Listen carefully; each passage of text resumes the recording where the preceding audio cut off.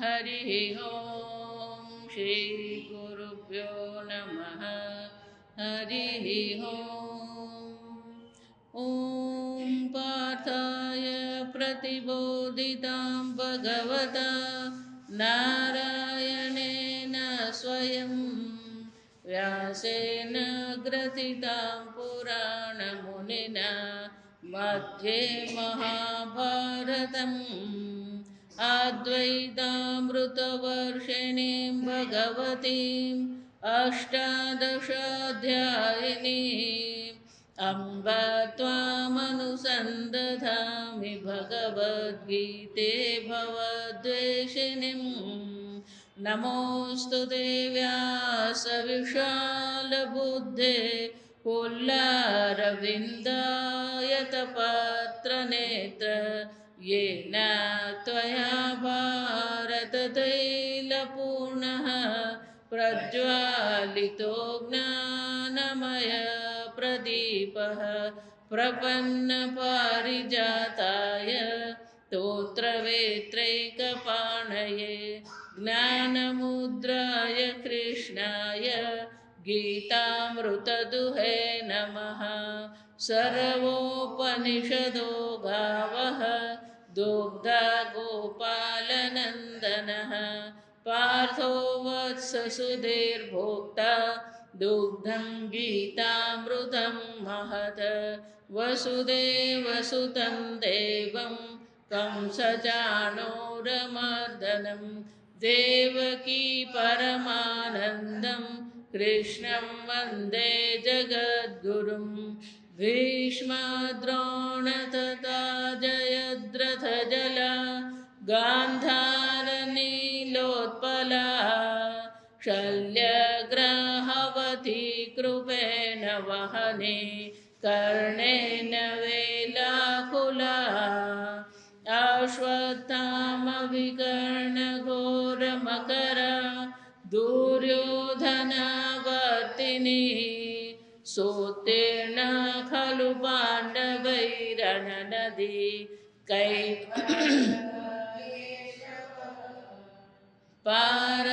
पाराशर्यवचः सरोजममलं गीतार्थगन्धोत्कटं ज्ञानाख्यानककेसरं हरिकथा सम्बोधनाबोधितं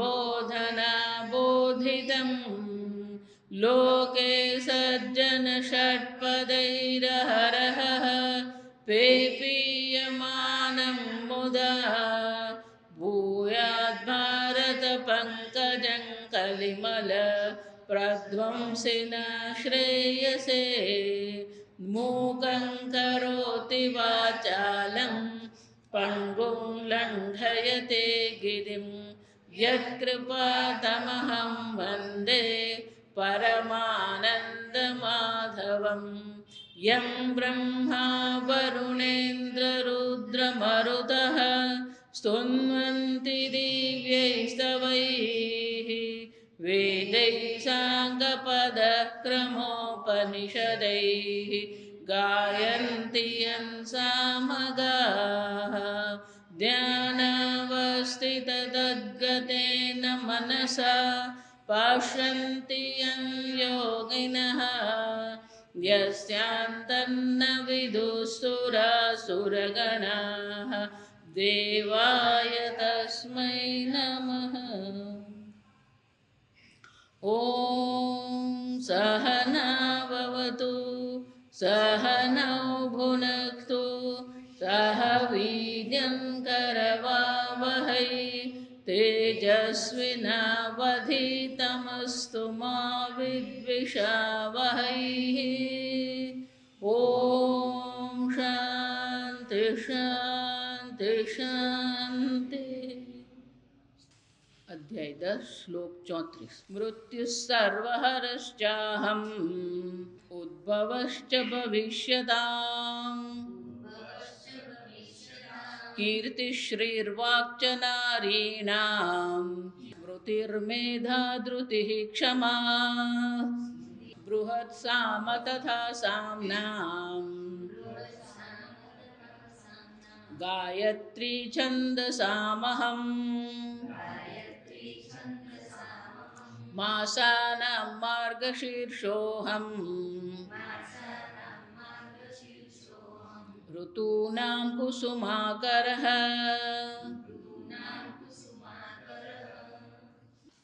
કીર્તિઃ શ્રીઃ વાક્ નારીણાં સ્મૃતિઃ મેધા ધૃતિઃ ક્ષમા. ભગવાને ગઈ વખતે વિભૂતિ દર્શાવતા શું કીધું? આ 7 નારી નામ. જો સામાન્ય રીતે લોકોનો અર્થ શું કરે? નારી નામ એટલે કે સ્ત્રીઓમાં. પણ સ્ત્રીઓમાં એવું નથી. આ શબ્દો જ બધા સ્ત્રીલિંગ છે, સમજવાનું. સ્ત્રીલિંગ શબ્દો છે અને એટલા માટે નારી નામ એમ કીધું.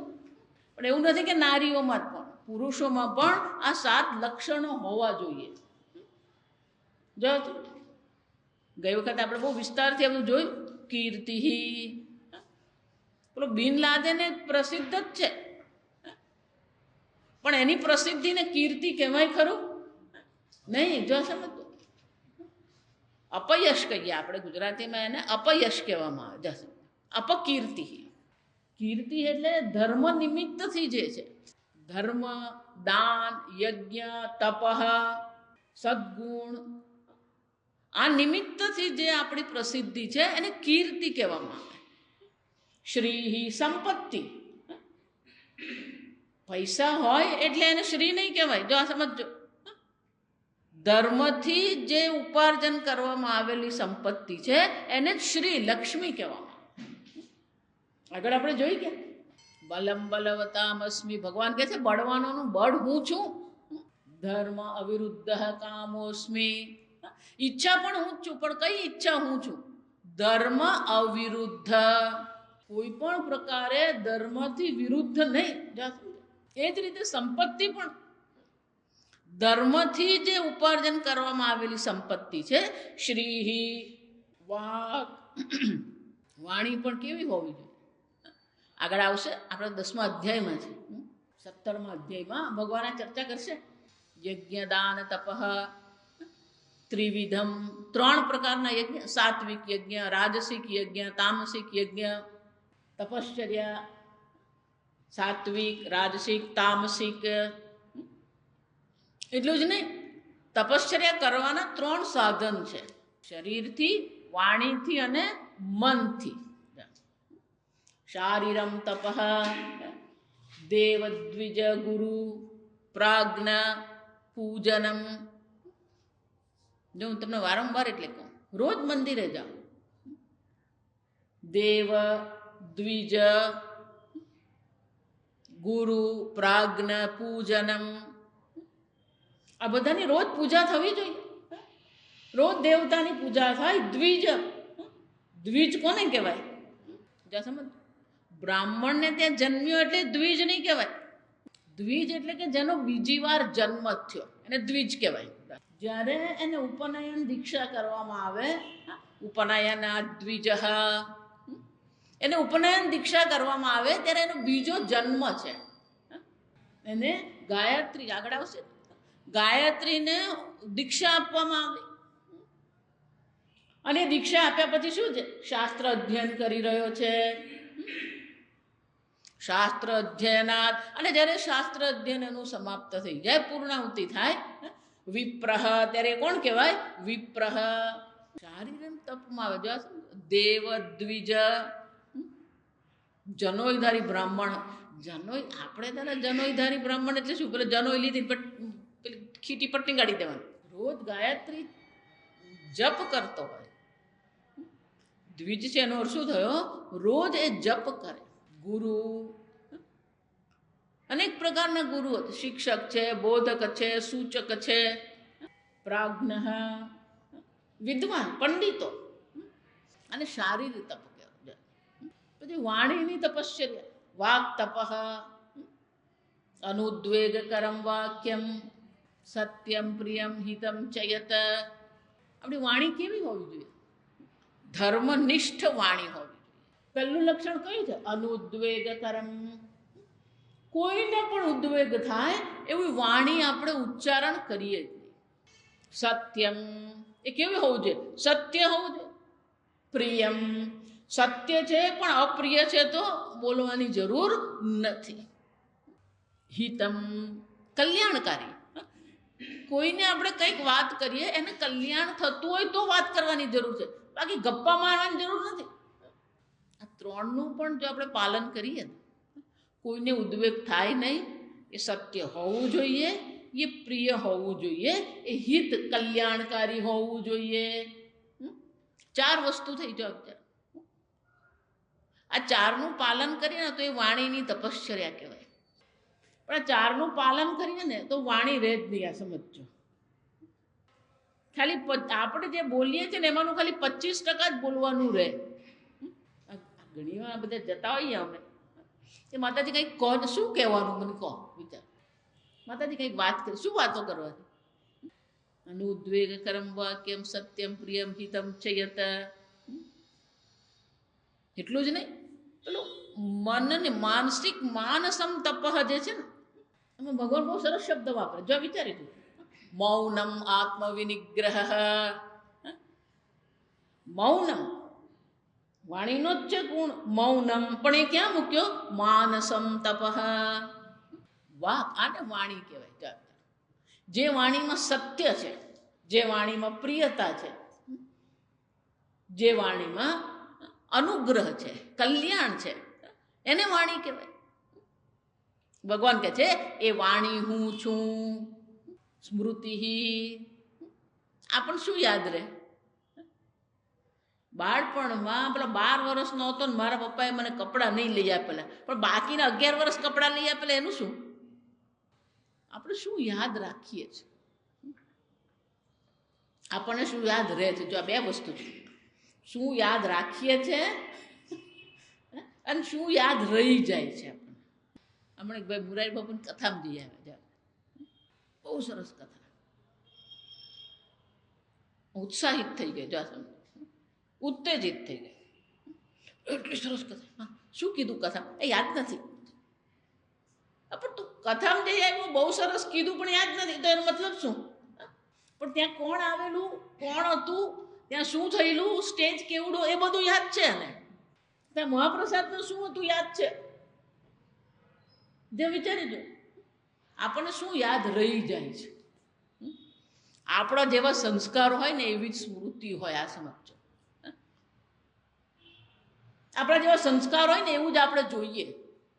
શું જોઈએ છે આપણને? આપણને શું યાદ રહી જાય છે? નડિયાદમાં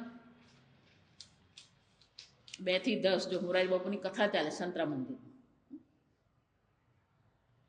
તે પધરામણી માટે મને આમંત્રણ હતું, ત્યાં ગઈ. સંતરામ મંદિર એટલે સેવાનું સ્થાન. એક હાથથી પૈસા આવે ને બીજા હાથથી પૈસાને શું થાય? સેવા થાય. એટલે સેવા ધર્મ પર એમનું પ્રવચન હતા. વિષય શું હતો? સેવા ધર્મ. બહુ સરસ વાત કરી કે સેવામાં 4 વસ્તુ હોવી જોઈએ. જો આ વિચારી છે. પેલું સમતા. સેવામાં શું હોવું જોઈએ? સમતા. કોઈ પક્ષપાત નહીં. નમ્રતા. સમતા, નમ્રતા. જેની પણ સેવા કરીએ એના પ્રત્યે શું હોવું જોઈએ? નમ્રતા હોવી જોઈએ. અહંકાર નહીં હોવો જોઈએ. આપણા વિનાશનું કારણ આપણો અહંકાર છે. આ સમજો. સમતા, નમ્રતા. પછી બહુ સરસ કીધું એમણે કે મમતા. સમતા, નમ્રતા, મમતા. જેને પણ આપણે સેવા કરીએ એને પ્રત્યે પ્રેમ ભાવ હોય છે, મમતા હોવી જોઈએ. માતા પિતા ઉંમરથી મોટા છે, પેલું બાળક નાનું છે, જો વિચારી દો. પણ ક્યારેય માતા પિતાના મનમાં કોઈ બાળકો પ્રત્યે તુચ્છકારની ભાવના આવે, અલ્પતાની ભાવના આવે? મમતા છે. જો સમજાય છે? મમતા છે, પ્રેમ ભાવ છે. નમ્રતા પણ હોવી જોઈએ, મમતા પણ હોવી. બહુ છેલ્લું બહુ સરસ કીધું કે સેવા કરવી હોય, ક્ષમતા, સામર્થ્ય પણ હોવું જોઈએ. જો સમજ, આપણામાં સેવા કરવાનું શું હોવું જોઈએ? સામર્થ્ય, ક્ષમતા. સ્મૃતિ. જે શ્રવણ કરીએ આપણને શું હોવું જોઈએ? યાદ રહેવું જોઈએ. 4 કીધું. શું કીધું? 4 કયા 4 કીધા? આપણું નોટમાં જોવું પડે. જો આ સમજ, સમતા, પહેલું શું છે? સમતા, નમ્રતા, મમતા, ક્ષમતા. યાદ રાખો ને તો આવું બધું યાદ રાખો. સ્મૃતિ, સતત ઈશ્વરનું સ્મરણ થવું જોઈએ. સ્મરણમાં શું હોવું જોઈએ? ઈશ્વરનું સ્મરણ. જો એટલા માટે આ વિભૂતિ યોગ છે. ભગવાન આ વિભૂતિ યોગનો ઉપદેશ આના માટે કરી રહ્યા છે કે કોઈ પણ વસ્તુ આપણે જોઈએ, કોઈ પણ પ્રસંગ બને, આપણને ઈશ્વરનું સ્મરણ થાય. સ્મૃતિ. આ સંસારના વિષયોના ભોગના આપણે સંસ્કાર પડેલા છે, અને જેવા સંસ્કાર હોય ને એવી જ સ્મૃતિ હોય. જો આ સમજ, રોજ પૂજા કરીએ, પાઠ કરીએ, શ્રવણ કરીએ, જપ કરીએ, ધીમે ધીમે સંસ્કાર શું પડે? જો યોગ દર્શનમાં લખ્યું છે, આ સમજો કે આ ધ્યાનના, જપના, સમાધિના આ બધા સંસ્કાર જે છે, એ સંસ્કાર એટલા બધા શક્તિશાળી છે. તો આ સમજો કે જન્મો જન્મના ભોગના કર્મના જે સંસ્કાર છે પ્રતિબંધીની, એ બધા સંસ્કારને પણ એ શું કરે છે? પ્રતિબંધ કરનારા છે. ભલે ને જન્મો જન્મથી આપણને ભોગના સંસ્કાર પડે, વિષયોના સંસ્કાર છે. કોઈ મનુષ્ય એવો નથી કે જેનો ભૂતકાળ શુદ્ધ હોય. આ સમજો. કઈ કેટલાય જન્મોમાં આપણે કઈ શું બનીને આવે આપણને ખબર જ નથી. અને જેટલા જન્મ ધારણ કર્યા, જેટલા ભોગ કર્યા, એ બધા ભોગના આપણા મનમાં શું હોવાના? સંસ્કાર છે જ.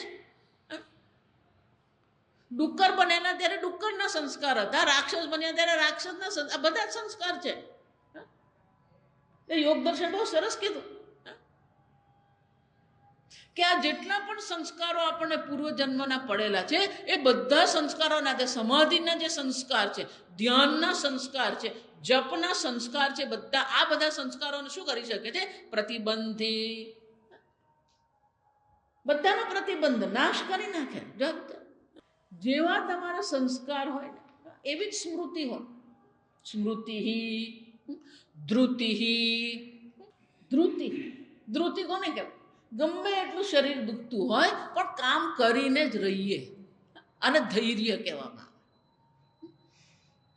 ઘરમાં લગ્ન હોય ને, ગમે એવો તાવ આવે તોય શું કરીએ આપણે? ભલે ને પગમાં મોચ આવી ગયો હોય પણ પાટો બાંધીને શું કરીએ?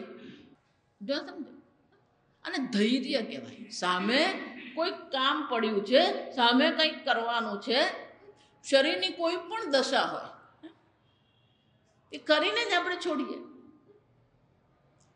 ધૃતિ. ભગવાનના એક ભક્ત,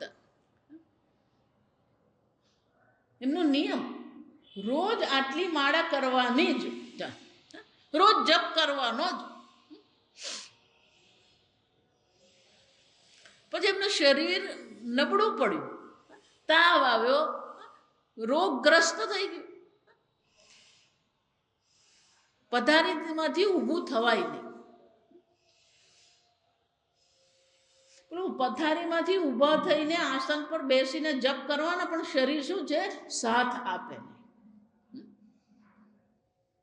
ખૂબ રડે, ભગવાનનું સ્મરણ કરતા કરતા રડે, ભગવાન તમારા નામનો જપ થઈ શકતો નથી.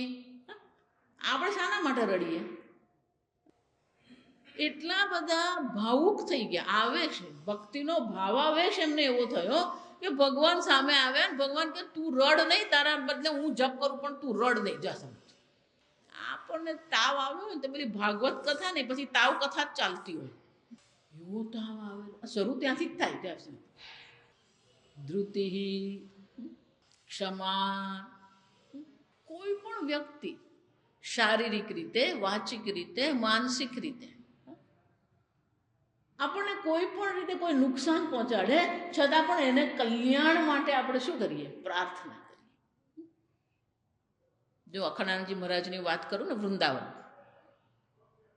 એમના ગુરુજી ઉડિયા બાબા, પૂર્ણાનંદ સ્વામી પણ ઓરિસ્સાના હતા, એટલે બધા એમને ઉડિયા બાબા જ કહેતા. એક વાર ત્યાં વૃંદાવનમાં સત્સંગ કરાવતા. જો એટલું સમજી લેવાનું, મહાત્મા હોય એટલે બધા જ મિત્ર હોય એવું સમજવાનું નહીં. કોક ને કોક બોલવા વાળું તો હોય જ. અને તુલસીદાસ તો કહી જ ગયા સાધક નિંદક રખીએ, આંગણ કુટી છવાય. આજુબાજુ કોને રાખવાના? આ નિંદા કરવા વાળાને આજુબાજુ કુટી શું છે? આપણા જ આશ્રમમાં આંગણ છે, આપણા આશ્રમમાં જ રાખવાના. કેમ? બીના સબ પાણી, સાબુની જરૂર નહીં પડે, પાણીની જરૂર પડે. શું થઈ જાય? આપણા પાપ ધોવાઈ જાય. નિંદા કરનારની આપણે શું કરીએ? એને પ્રણામ કરીએ. કેમ? તે મારા પાપ ઓછા કરી આપ્યા, ક્ષમા. પણ એક વસ્તુ યાદ રાખવાની, સ્વામીજી બહુ સરસ કે ક્ષમા, કે આપણે ક્ષમા કરનાર કોણ? જીવનમાં ક્યારેક ને ક્યારેક આપણે પણ શું કરી છે? ક્યાંક ને ક્યાંક ભૂલ કરી જ છે. આપણે કોણ ક્ષમા કરવાવાળું? ક્ષમાનો અર્થ એટલો જ થાય, આપણા મનમાં એ વ્યક્તિ પ્રત્યે કોઈ વિકાર નથી, કોઈ દ્વેષ નથી, કોઈ ક્રોધ નથી. જો આ સમજો, ક્ષમાનો અર્થ શું છે? અક્રોધ. કોઈ ક્રોધ, કોઈ દ્વેષ, કોઈ અવગણના નથી આપણામાં. ખરી ક્ષમા એ જ છે. જો સમજો, ગમે એટલું થઈ. ઉડિયા બાબા સત્સંગ કરી રહ્યા હતા, એમનો દ્વેષ કરવા વાળો કોઈ હતો જ. જો કોઈ કારણસર એના મનમાં ઉડિયા બાબા પ્રત્યે ક્રોધ હતો, એટલે સત્સંગ થઈ રહ્યો હતો. એનો ક્રોધ એવો ચડ્યો એને, એક મોટો પથ્થર લઈ અને પાછળ જઈને એમના માથામાં ધડામ દઈને મારી દીધો. એટલો જોરમાં માર્યો એને પથ્થર. પણ ઉડિયા બાબા આટલો પથ્થર વાગ્યા પછી પણ થોડી ક્ષણ માટે સજાગ હતા. ત્યાં સમજો, એમના મોઢામાંથી શું નીકળ્યું? જો આ સમજો, જેવો પેલો પથ્થર મારે લોકો તો શું થવાના? એમના જે ભક્તો છે, શિષ્યો છે, એના મનમાં તો શું આવવાનું? એમના મોઢામાંથી આટલું જ નીકળ્યું. જો આ વિચારી જજો કે એમણે તો જોયું જ નહોતું પાછળથી કોણે પથ્થર માર્યો. એમણે એટલું જ કીધું કે જેણે પણ પથ્થર માર્યો હોય એને કોઈએ હાથ પણ નથી લગાવ્યો, એને છોડી દો. આને કહેવાય ક્ષમા. મનમાં શું છે? એ વ્યક્તિ પ્રત્યે મનમાં કોઈ દ્વેષ નથી, ક્રોધ નથી. ક્ષમા. ભગવાન શું કહે છે? શંકરાચાર્યજી કહે છે ઉત્તમ. આ બધા ઉત્તમ ગુણો છે. પણ શંકરાચાર્ય આપણે ગઈ વખત જોયું, આભાસ માત્ર થોડા ઘણા અંશમાં પણ આ ગુણો આપણામાં આવે ને તો આપણે પોતાને ધન્ય સમજીએ. જો આ સમજો, એટલે શંકરાચાર્ય શું કહે છે? આભાસ માત્ર સંબંધેન અપી લોક કૃતાર્થમાત્માનમ મન્યતે. એ પોતાને કૃત સમજવા માટે, ધન્ય સમજવા માટે. જો આભાસ માત્ર સંબંધ, થોડો એમાં સંબંધ થાય, થોડી કીર્તિ મળે, થોડી સંપત્તિ મળે, થોડી વાણીમાં નમ્રતા આવે, થોડું ધૈર્ય આવે, આપણે પોતાને શું માનીએ? કૃતાર્થ.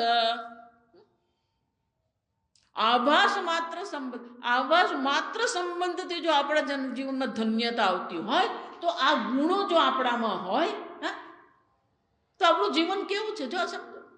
જો એટલે વારંવાર તમને કહું છું, ભલે આ કળિયુગ છે, ભલે અનેક પ્રકારના લોકોમાં રાગ દ્વેષ પડેલા છે, પણ થોડા દિવસ માટે પણ નિયમ કરો, સત્ય બોલીશ, જૂઠું નહીં જ બોલું, અહિંસા નહીં કરું. જો થોડા દિવસ માટે પણ તમે ધર્મનું પાલન કરો, પણ જુઓ તમારા મનમાં ભાવ જુઓ, તમે એક ધન્યતાની ભાવના આવશે. કૃતાર્થમ. આપણા મનમાં જે આત્મસન્માન હોય છે, આપણે સામનો અહંકાર કરીએ છીએ, આપણે શાના માટે ગૌરવ છે? શંકરાચાર્યજી કહે છે આ બધા ગુણ આપણામાં હોય ને તો પેલું આત્મગૌરવ વધે, આત્મસન્માન વધે. આજકાલ તમે જુઓ ને આ મેનેજમેન્ટ છે, માઇન્ડ પાવર છે, જાત જાતના શબ્દો લોકોએ બનાવ્યા છે. મેં એક શબ્દ છે અંગ્રેજીમાં, સેલ્ફ એસ્ટીમ એને કહેવામાં આવે. સેલ્ફ એસ્ટીમ એટલે આત્મગૌરવ. બીજા તમારું સન્માન કરે એના પહેલા તમારા મનમાં તમારા પ્રત્યે સન્માન છે ખરું? પૂજ્ય સ્વામીજી એટલા માટે એમને બહુ સ્પષ્ટ શબ્દોમાં કહેતા. સ્વામીજીનું વાક્ય જે છે બહુ સરસ છે. You are as big as you think about your self. તમે એટલા જ મહાન છો જેટલું તમે પોતાના વિશે વિચારો છો. બહાર તમને કોઈ હાર તોરા પહેરાવે ને કોઈ તમને પદવી આપે ને પદ્મભૂષણે આપે ને બધું આપે, પણ તમારું આત્મગૌરવ કેટલું? તમે આત્મસન્માન કરી શકો છો? તમે તમારા વિશે શું વિચારો છો? How you think about your self? તમે પોતાના વિશે શું વિચારો છો? માતાજી હું તો હાવ નકામો, મને કંઈ સમજ પડે જ નહીં, માતાજી કંઈ યાદ રહે. એટલે આપણે પોતાના વિશે શું વિચારીએ છીએ? માતાજી આ તો મને આવડે જ નહીં, માતાજી આ તો બહુ અઘરું છે. જો આપણે જ પહેલાં તાળું મારી દઈએ, જો સમજો અઘરું છે કહીને આપણે શું કહી દીધું? શા માટે આપણે આવું વિચારીએ છીએ? શંકરાચાર્યજી કહે છે આ બધા ગુણો જે છે આભાસ માત્ર સંબંધે ને, જો આ સમજો થોડો ઘણો પણ આભાસ માત્ર એટલે શું છે? અછડતો, આપણી ભાષામાં અછડતો પણ આ ગુણો સાથે આપણો સંબંધ થઈ જાય ને તો આપણે પોતાને શું બને? ધન્યતાનો અનુભવ કરીએ. જો અહંકાર કરવો હોય તો શાનો અહંકાર કરીએ આપણે? શાસ્ત્રમાં લખ્યું છે, જો આ સમજો. આજકાલ આ બહેનો પણ આ બધા છોકરાઓને પણ શું કરતા હોય? પેલો તોફાની હોય ને એને તોફાનના ગુણગાન કરે. જો એટલે એ ગુણગાન કરવાની વસ્તુ જ માતાજી એ કોઈનું સાંભળે જ નહીં, બે લગાવી આવે.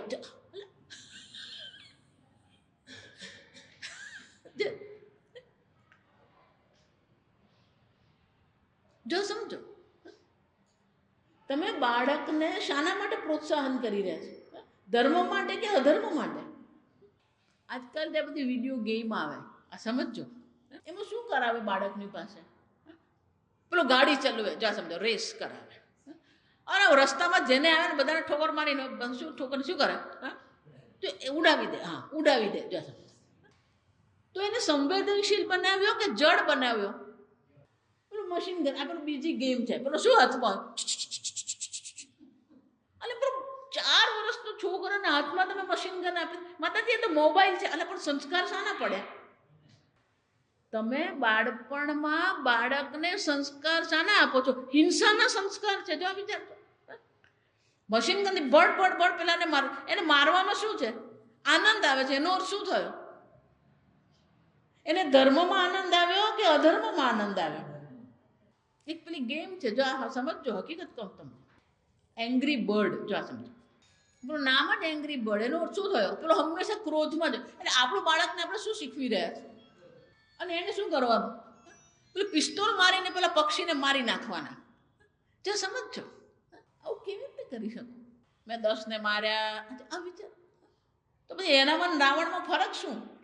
કોઈને પણ બાળકને નામ સંસ્કાર કરવાના હોય, હા, તો તમે નામ રાઘવ રાખો કે રાવણ રાખો?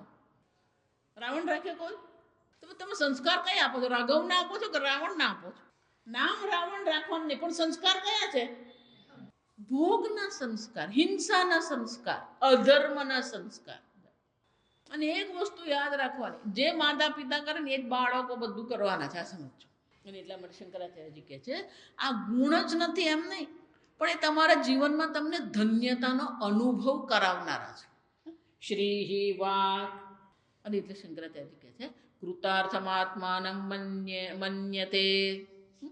આ બધા ગુણો આપણે કેળવીએ. ભગવાન કહે છે આ બધી મારી વિભૂતિ છે. આ ગુણ મારા શું છે? મારી વિભૂતિ છે. ઈશ્વરનું સાનિધ્ય છે. જ્યાં શ્રી છે, વાક છે, સ્મૃતિ, મેધા, ધૃતિ, ક્ષમા, આ બધા શું છે? ઈશ્વર છે. જ્યાં સુધી ઈશ્વર સાથેનો સંબંધ નહીં જોડાય ત્યાં સુધી જીવનમાં ધન્યતા નહીં આવે. આ સતત ઈશ્વરનું સાનિધ્ય. જો આગળ ભગવાન કંઈ કેટલું કહી ગયા, આ સમજો. યજ્ઞાનામ જપયજ્ઞોસ્મિ અધ્યાત્મ વિદ્યા વિદ્યાનામ. સર્વ વિદ્યાઓમાં ખરી વિદ્યા કઈ છે? અધ્યાત્મ વિદ્યા. આ પણ બાકીની બધી જ વિદ્યામાં ખબર. ખમણ કેમ બનાવવા, ઢોકળા કેમ બનાવવા, ચોપડા કેમ લખવા. આગળ ભગવાન શું કહે છે? બૃહદ સામ. ભગવાન વૈદિક સંસ્કૃતિની દ્રષ્ટિએ જોજો. ભગવાન જ્યારે ગીતાનો ઉપદેશ કરી રહ્યા હતા ત્યારે સંસ્કૃતિ કઈ હતી? વૈદિક સંસ્કૃતિ. એટલે વૈદિક સંસ્કૃતિની દ્રષ્ટિએ શું કહે છે? બૃહદ સામ તથા સામ નામ. આગળ કઈ ગયા? વેદાનામ સામોસ્મિ. આગળ કઈ ગયા ભગવાન? સર્વ વેદોમાં સામવેદ હું છું. કેમ? સામવેદમાં ગાન છે, એટલે પ્રિય છે, શ્રવણ કરવામાં આપણને મજા આવે, આનંદ આવે. સામવેદમાં પણ ભગવાન શું કહે છે? બૃહદ સામ તથા સામ નામ. બૃહદ સામ, આ સામગાન જે કરવામાં આવે એ 7 પ્રકારના સામગાન છે. જો આ સમજો, 7 પ્રકારના મંત્રો છે સામવેદમાં. એનું જે રીતે ઉચ્ચારણ કરવામાં આવે, જે રીતે એનું ઉચ્ચારણ કરવામાં આવે એ 7 પ્રકારના છે. સપ્તભક્તિ કહેવામાં આવે. એમાં શું કહે છે? આ સર્વ સામવેદોના મંત્રોમાં બૃહદ સામ પ્રકારના જે મંત્રો જે છે એ હું છું. ગાયત્રી છંદ સામહમ. અનેક પ્રકારના છંદ છે. આ ભગવદ્ ગીતાનો છંદ કયો છે? અનુષ્ટુપ છંદ. અનુષ્ટુપ છંદ એટલે શું છે? 8 અક્ષરના 4 પાદ, એને અનુષ્ટુપ કહેવાય. 11 અક્ષરના 4 પાદ, ત્રિષ્ટુપ છંદ. અહીંયા જ આપણામાં શું છે? ન જાયતે મ્રિયતે વા કદાચિત. આ શું છે? અનુષ્ટુપ નથી, ત્રિષ્ટુપ છંદ છે. અનેક પ્રકારના છંદ છે. ભગવાન કહે છે આ સર્વ, આ બધું સ્કૂલમાં આપણે ભણતા, સંસ્કૃતમાં આવતું આ છંદ. લઘુ, ગુરુ, મુખ્ય 12 પ્રકારના છંદ છે. ભગવાન કહે છે આ બધા છંદોમાં ગાયત્રી છંદ હું છું. જા સમજો. ગાયત્રી છંદ કેવો છે? 8 અક્ષરના 3 પાદ, એને ગાયત્રી કહેવામાં આવે. ગાયત્રી એટલે કોણ છે? સવિતા દેવતા, સૂર્ય દેવતા. જા સમજો. ગાયત્રી એટલે શું છે? સૂર્ય દેવતા છે. પણ ખરેખર ગાયત્રી તો શું છે? છંદ છે. દરેક ભગવાનની ગાયત્રી છે. જો સમજો. ઓમ ભૂર્ભુવ સ્વઃ તત્સવિતુર્વરેણ્યમ ભર્ગો દેવસ્ય ધીમહિ ધિયો યો નઃ પ્રચોદયાત્. એ સૂર્યની ગાયત્રી છે. એકદંતાય વિદ્મહે વક્રતુંડાય ધીમહિ તન્નો દંતિઃ પ્રચોદયાત્. એ ગણેશ છે. તત્પુરુષાય વિદ્મહે મહાદેવાય ધીમહિ તન્નો રુદ્ર પ્રચોદયાત્. શિવજી છે. મહાદેવ્યૈ ચ વિદ્મહે લક્ષ્મી વિષ્ણુ પત્ન્યૈ ચ ધીમહિ તન્નો લક્ષ્મી પ્રચોદયાત્. લક્ષ્મી બધા જ ભગવાનની ગાયત્રી છે. ગાયત્રી શબ્દનો અર્થ શું થાય? જેનું ગાન કરવાથી, જેનો જપ કરવાથી જે આપણું રક્ષણ કરે. મંત્રનો અર્થ શું થાય? મનના ત્રાયતે ઇતિ મંત્ર. મનન કરવાથી, જેનું મનન જપ કરવાથી આપણે બુદ્ધિની રક્ષા કરે ને મંત્ર કહેવાય. એમ ગાયત્રી શું છે? જેનું ગાન કરવાથી આપણું રક્ષા કરે. ભગવાને પણ તમારી રક્ષા કરવી હોય ને તો ભગવાને પેલું ધનુષ ને ત્રિશુલ લઈને ઊભા રહેવાની જરૂર નથી. આ સમજો. આપણે ગુજરાતીમાં કહીએ, સંસ્કૃતનું વિનાશ કાળે વિપરીત બુદ્ધિ. બુદ્ધિ જો નકામી હોય ને તો કોઈ એને ત્રિશુલની જરૂર નહીં પડે ને તલવારની જરૂર નહીં પડે. શું થવાનો? એનો નાશ થઈ જાય. એમાં આપણે પોતાની રક્ષા કરવી તો કઈ રીતે રક્ષા કરી શકીએ? આ મંત્ર દ્વારા આપણે રક્ષા. ભગવાનને પ્રાર્થના એટલી જ કરવાની, ભગવાન યોગ્ય સમયે યોગ્ય વિચાર તું મને આપજે, યોગ્ય વિવેક તું મને આપ. જો આગળ હું તમને કહી ગઈ એક બહુ સુંદર વાક્ય આવ્યું કે જ્યારે આપણે પ્રાર્થના કરીએ અને ભગવાન આપણી પ્રાર્થનાનો જવાબ આપે ને તો આપણને ભગવાનમાં શ્રદ્ધા થાય. ભગવાને મારી પ્રાર્થના સાંભળી, ત્યાં સમજો. ભગવાન પર આપણને વિશ્વાસ બેસે. આગળનું વાક્ય બહુ મજાનું છે. પણ જ્યારે ભગવાન પ્રાર્થનાનો ઉત્તર આપતા નથી ત્યારે ભગવાનને તમારા પર વિશ્વાસ છે. આપણે દેશી ભાષામાં કહીએ ને એ ફોડી લે. ભગવાનને ખબર છે એ કરી લેવાનું છે. એટલે 2 બાળકો હોય ને ઘરમાં, 2-4 બાળકો હોય ને, એમાં માતા પિતા સૌથી વધારે ધ્યાન કોનું રાખે? ઘણી વાર પેલું જે સબળ હોય ને, મોટો હોશિયાર હોય ને, પછી કે પણ મમ્મી તું મને લેશે. પણ તું તો કરી લેજો ને, તું કરી તો લે, તને હું મારી જરૂર છે. એમ ભગવાન જ્યારે તમારો પ્રાર્થનાનો ઉત્તર નહીં આપે ત્યારે સમજવાનું ભગવાન શું કહે છે. એનો અર્થ શું થયો? ભગવાનને તમારા પર વિશ્વાસ છે. આશ્રમમાં અમે રહેતા ને 70-80 લોકો હોય, એટલે ઘણી વાર એવું થાય કે સ્વામીજી સાથે આપણે કંઈ વાત કરીએ ને પેલો સમય મળે. ત્યાં તો ભણવાનો સમય, દિવસના 5-6 ક્લાસ હોય, પછી ભોજન ને કરવાનું હોય, રૂમ સાફ કરવાનું, કપડાં સાફ કરવાનું. પછી એવું બને કેટલાક શિષ્યો હોય ને બ્રહ્મચારી, એને સ્વામીજી પેલું વાતો કરે, એ લોકો આપણી સાથે વાત નહીં, એટલે આપણને શું લાગે? એટલે સ્વામીજી કે હું વાત નથી કરતો એનો અર્થ એવું નથી કે મારું ધ્યાન તમારા તરફ નથી, પણ મને ખબર છે કે તમે શું છે, તમે તમારી જાતને સંભાળી શકો છો, તમે સારી રીતે ભણી શકો છો, એટલે મને ખબર છે કે તમારું સામર્થ્ય છે, તમને મારી એટલી બધી જરૂર નથી. પણ એનો અર્થ એવો નથી કે હું તમારી સાથે વાત નથી કરતો એટલે તમારા તરફ મારું ધ્યાન નથી. જો આ સમજ, સ્વામીજીનું વ્યક્તિત્વ એવું તો એમનું બુદ્ધિ પ્રતિભા એવી હતી કે આશ્રમમાં 100 વિદ્યાર્થીઓ હોય, દરેકનું સ્વામીજી પ્રત્યે ધ્યાન, સ્વામીજીના દરેક પ્રત્યે સ્વામીજીનું ધ્યાન હોય જ. કોઈ દિવસ સ્વામીજી કોઈનો ઉઠાડો, કોઈનો રૂમ પર નથી આવ્યા ને કોઈ જગ્યાએ પણ એમની રીત હતી. જો સમજો કે દરેક વિદ્યાર્થી પ્રત્યે એમનું ધ્યાન હોય. એટલું જ નહીં, વર્ગમાં પણ એ આંખથી જ ઓળખી સમજી જાય કે પેલો સમજે છે કે નથી સમજતો. એમની એવી બુદ્ધિ પ્રતિભા હતી. જા એમને ખબર જ હતી કોના પ્રત્યે વધારે શારીરિક રીતે ધ્યાન આપવાની જરૂર છે, કોના પ્રત્યે ધ્યાન આપવાની જરૂર, એમને ખબર જ છે. એમ દરેક વખતે જ આપણે પ્રાર્થના કરીએ ભગવાન આવીને આપી દે, આપણે એવું માનીએ ભગવાન તૈયાર માલ આપણને આપે. જો એટલું આગળ કહી ગઈ કે સ્મૃતિ એ ભગવાનને, આપણે જપ કરીએ, તપ કરીએ, આ ભગવાનનું સ્મરણ કરીએ ને આપણી બુદ્ધિ ઠીક રહે. કોઈ પણ વિષમ પરિસ્થિતિમાં આપણી બુદ્ધિ વિચલિત ન થાય. જો એને પણ ધૈર્ય કહેવાય. જો આ સમજો, ગમે એવી વિષમ પરિસ્થિતિ આવે પણ આપણી બુદ્ધિ વિચલિત થવી જોઈએ નહીં. આપણો તો તરત જ પારો પેલો આસમાન પર પહોંચી જ જાય. એનો અર્થ શું થયો? જો આગળ આપણે ચર્ચા કરી ગયા છે,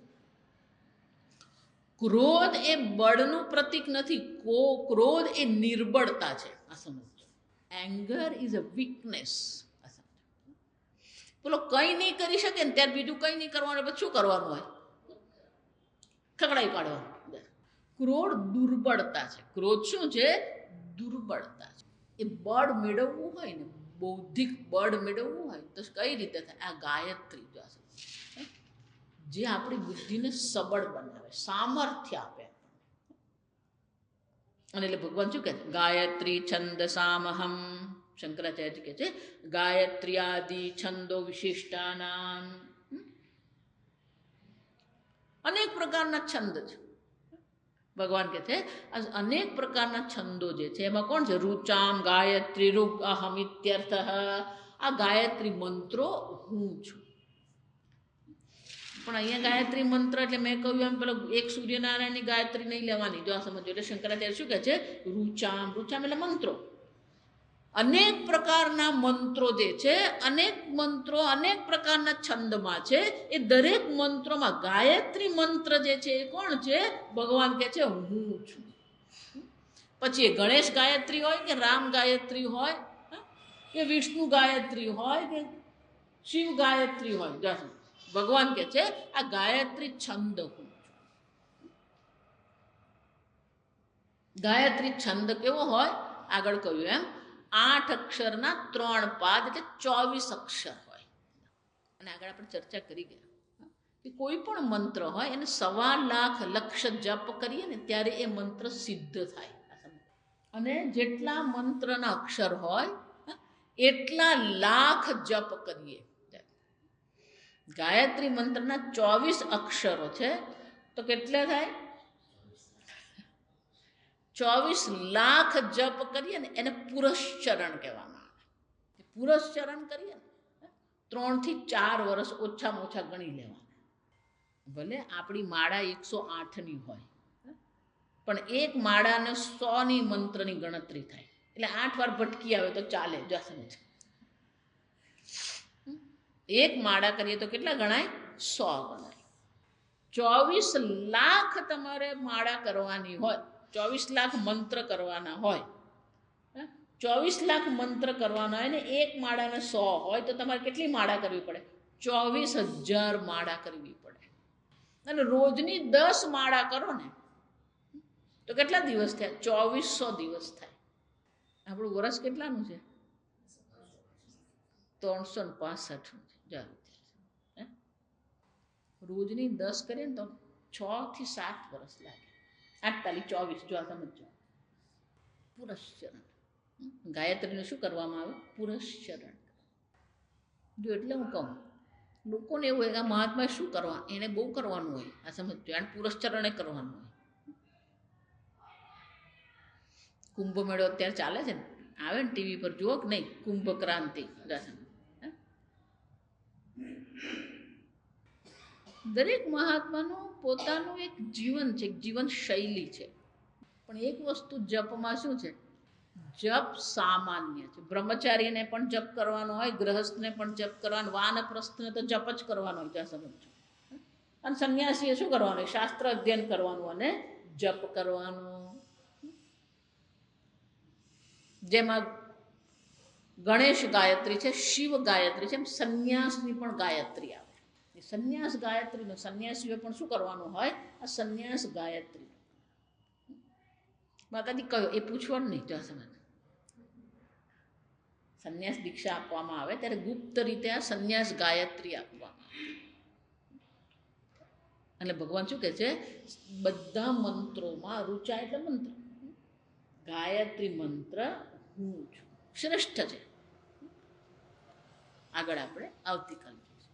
ઓમ સ્વસ્તિ પ્રજાભ્યઃ પરિપાલયન્તામ ન્યાયેન માર્ગેણ મહિં મહેશાઃ ગોબ્રાહ્મણેભ્યઃ શુભમસ્તુ નિત્યં લોકા સમસ્તા સુખિનો ભવન્તુ કાલે વર્ષતુ પર્જન્યઃ પૃથ્વી સસ્યશાલિની દેશોऽયંક્ષોભરહિતઃ બ્રાહ્મણા સંતુ નિર્ભયાઃ ઓમ સર્વેષાં સ્વસ્તિર્ભવતુ સર્વેષાં શાંતિર્ભવતુ સર્વેષાં પૂર્ણં ભવતુ સર્વેષાં મંગલં ભવતુ સર્વે ભવन्तુ સુખિનઃ સર્વે સંતુ નિરામયાઃ સર્વે ભદ્રાણિ પશ્યन्तુ મા કશ્ચિદ દુઃખભાગ ભવેત